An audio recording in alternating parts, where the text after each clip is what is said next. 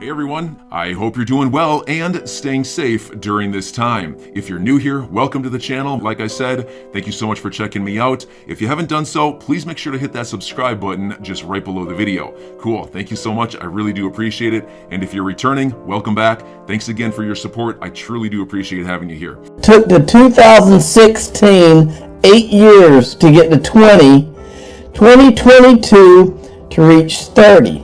Now, folks, I've said it 1,000 times on this channel. I'm going to say it again. They cannot get out of this debt. So once you accept that fact, which is a fact, there's nothing they can do about it.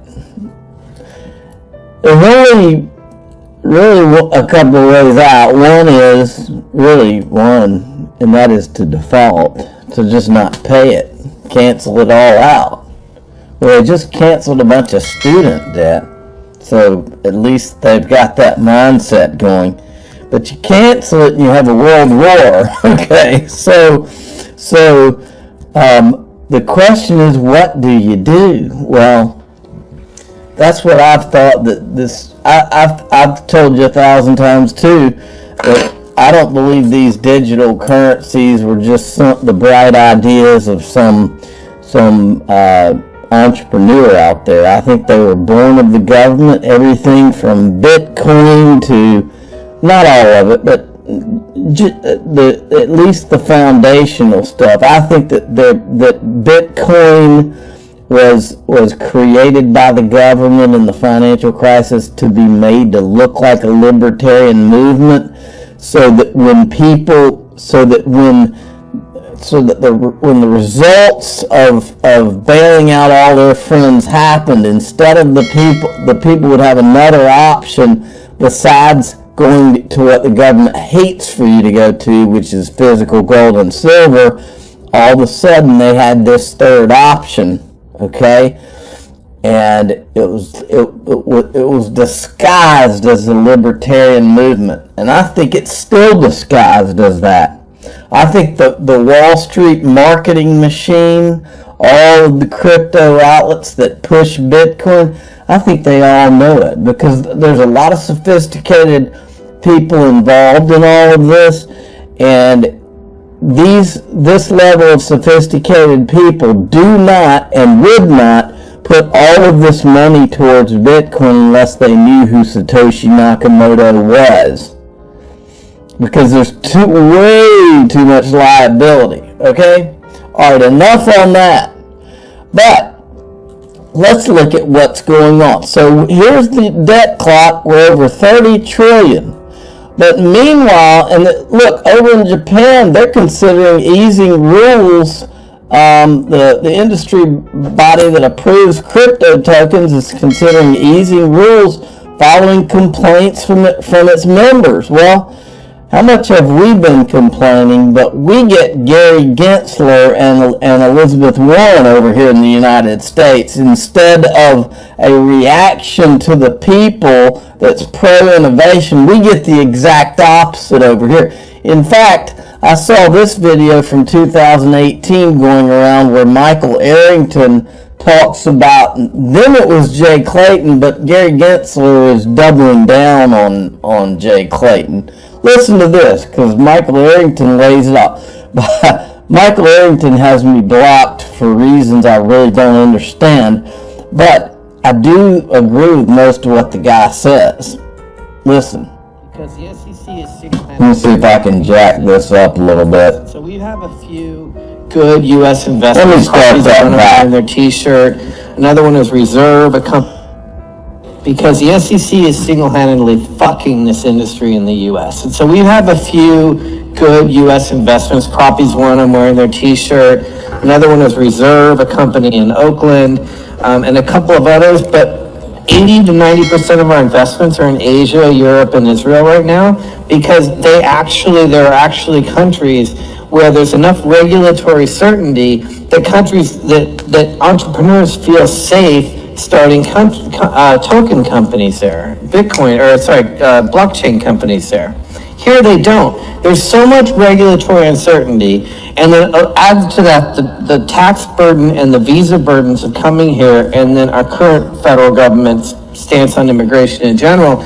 They're just saying fuck it, and they're staying in Singapore or Israel or Europe instead of coming here and starting companies.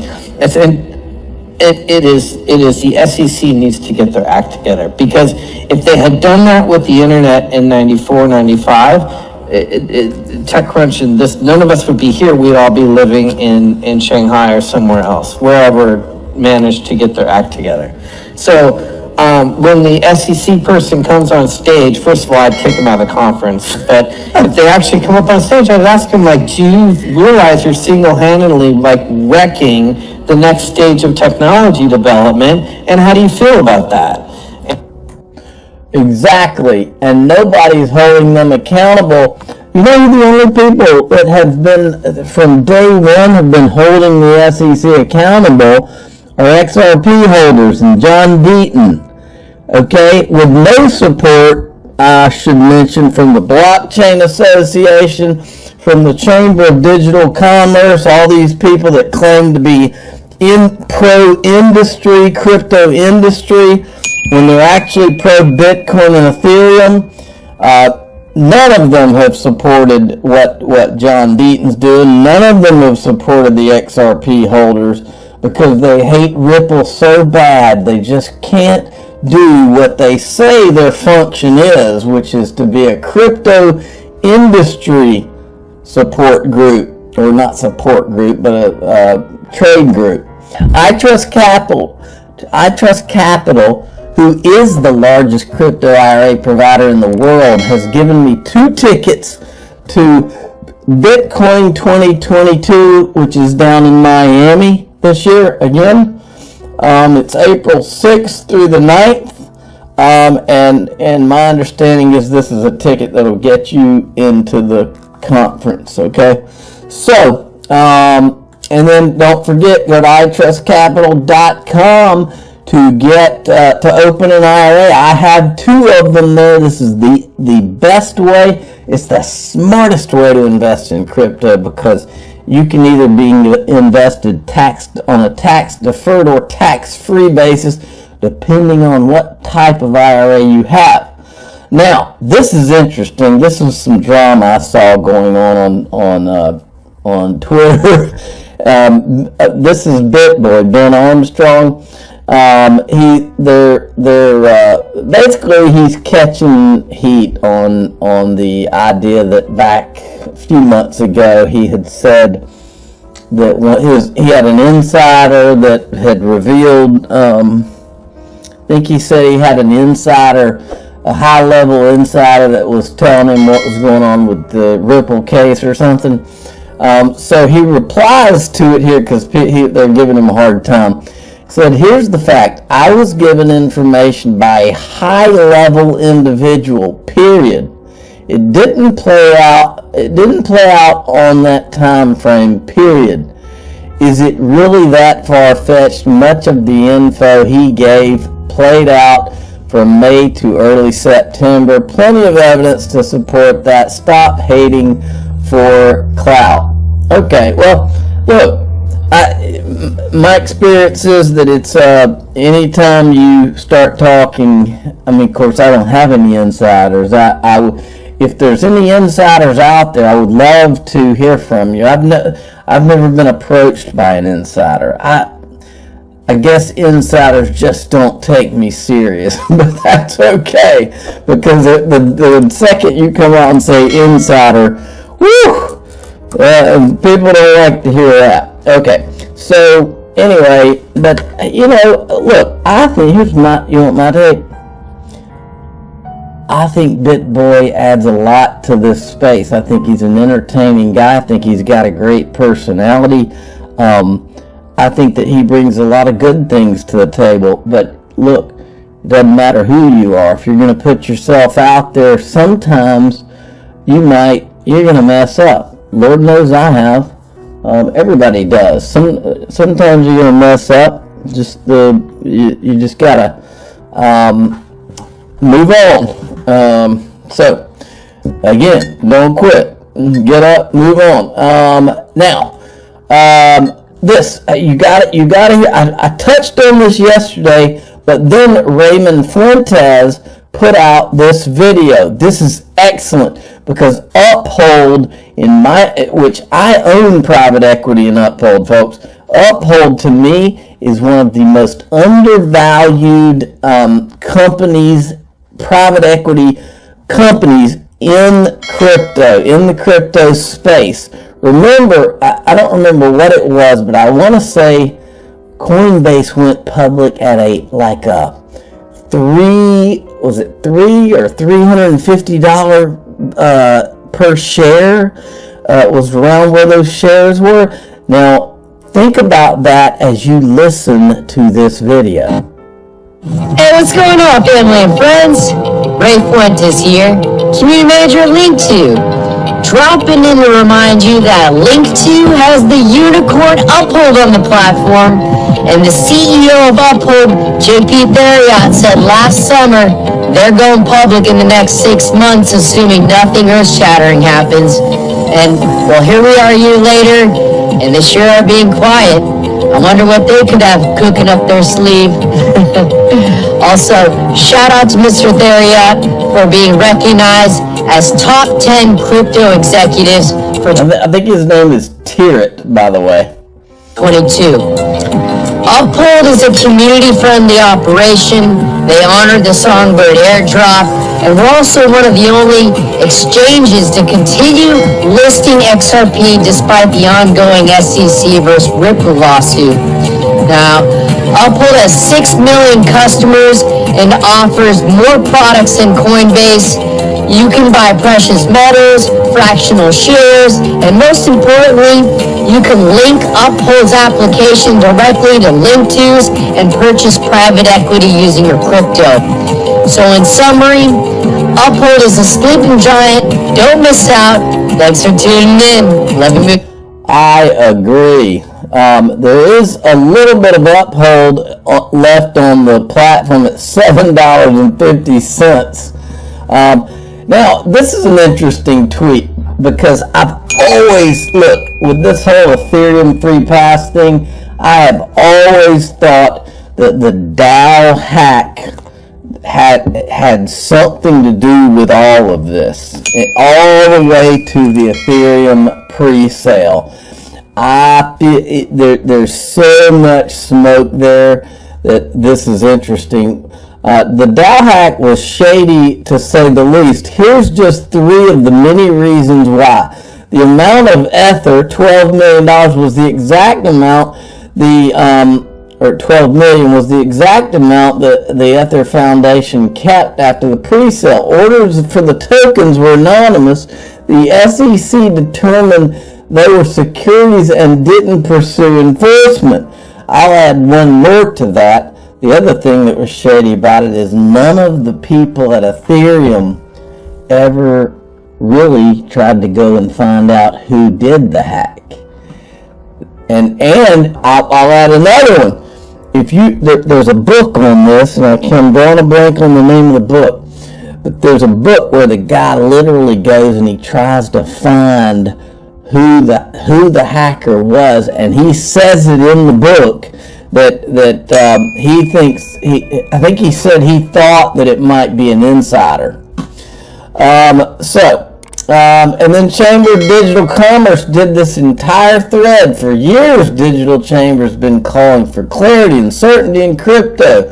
Last week, the SEC proposed new regs that expand the definition of an exchange with 650 pages, The most concerning feature is the proposed language that might be an attempt to expand the SEC's ability to regular crypto trading platforms or DeFi protocols. So in other words, the Chamber of Digital Commerce is all worried about the SEC now. Well, I said maybe it's time to start supporting John Deaton Digital Chamber of Commerce. Nobody is fighting against the SEC power grab harder. Thus far, the so-called industry groups have ignored him. He represents over 60,000 XRP holders. Do you support us? They haven't weighed in on this. Now, This is a tweet that I saw this morning. And I remembered this, I'm pretty sure I've seen this World Bank document before. But it says on page 31, the Ripple XRP, cross-border retail and Stellar XRPLM call it a digital currency. Okay, and then in this document, the most important thing is this clip right here. Look at this. Stable coins refer to a class of digital currencies that are relatively stable in terms of their price. Stable coins offer instantaneous processing and security of payments as many cryptocurrencies do. They also offer stability with respect to their parity against fiat currencies. Two digital currencies that fall into this category are RippleNet's native currency, Ripple XRP, and Stellar Network's native cryptocurrency, the Stellar Lumen XLM. Both Ripple and Stellar enable faster, more efficient cross-border payments relative to correspondent banking. However, the point is that they just called XRP and XLM stable coins, and I don't think that's by accident. You have to ask yourself why. Okay, and we asked ourselves why, and this is the document, by the way. This is World Bank Group, and if you let me do a little search here so we can. Here we go. There's XRP. Let's go to the next one right here. Stable coins. So this is the section where it talks about them both. Okay, now here's where that gets interesting. What is it that the World Bank is seeing that why would they call XRP and XLM a stable coin? I mean, these things, as you know, as a holder, they fluctuate all the time. They're not stable coins unless there's a plan for them to be stable coins. That's the only thing that makes any sense here. And I saw this going around this morning, and this is Jimmy Valley, who I'm gonna give Jimmy Valley a title today, because if you looked, this guy's not some dumb guy. This guy is educated, smart. You know, this guy's been around. Okay, he's been in the oil industry in Texas. I think Jimmy Valley is very misunderstood, and maybe he was. Maybe in a way he thought it was a funny way to go about what he was doing, or I don't know. I don't know what the thought pattern was, but he's the one that threw out that, I think it was 37,000 when he went to he did the write up and the whole buyback issue with I think the Federal Reserve is who he had submitted something to. But anyway, at first I was like, whoa, when I saw that I was like, well, what's going on with this guy? What is he talking about, 37,000? And I think the 37,000 is a distraction. I think that he was setting the bar high just in case these guys, there was a scenario where there was an executive order or something to make us turn in our XRP. Because look, think it through for a minute, folks.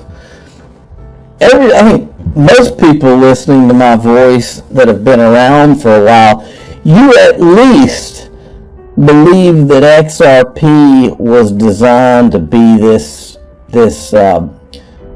world reserve digital currency, like like a basket or a bridge currency. Well, if you really believe that, which I do, I believe that that's what this thing was designed for. They've said it. I believe if you look at who all they've been meeting with over these years, well, if you do believe that, we're not talking about a few $100,000 or a few $100 million. We're talking about billions and trillions of dollars. Okay, So, if XRP is going to be that important and XLM is going to be that important, is it too crazy to think? I mean, is it too crazy to think one of these large figures? But back to this stable coin thing, okay? I want you to listen to this. $5,000 a coin. Easy to project that it's a double-digit number. So, I think it immediately shoots up to a $10, potentially $20. $10 to $30 on a successful resolution of the suit. I agree with that. Now keep listening.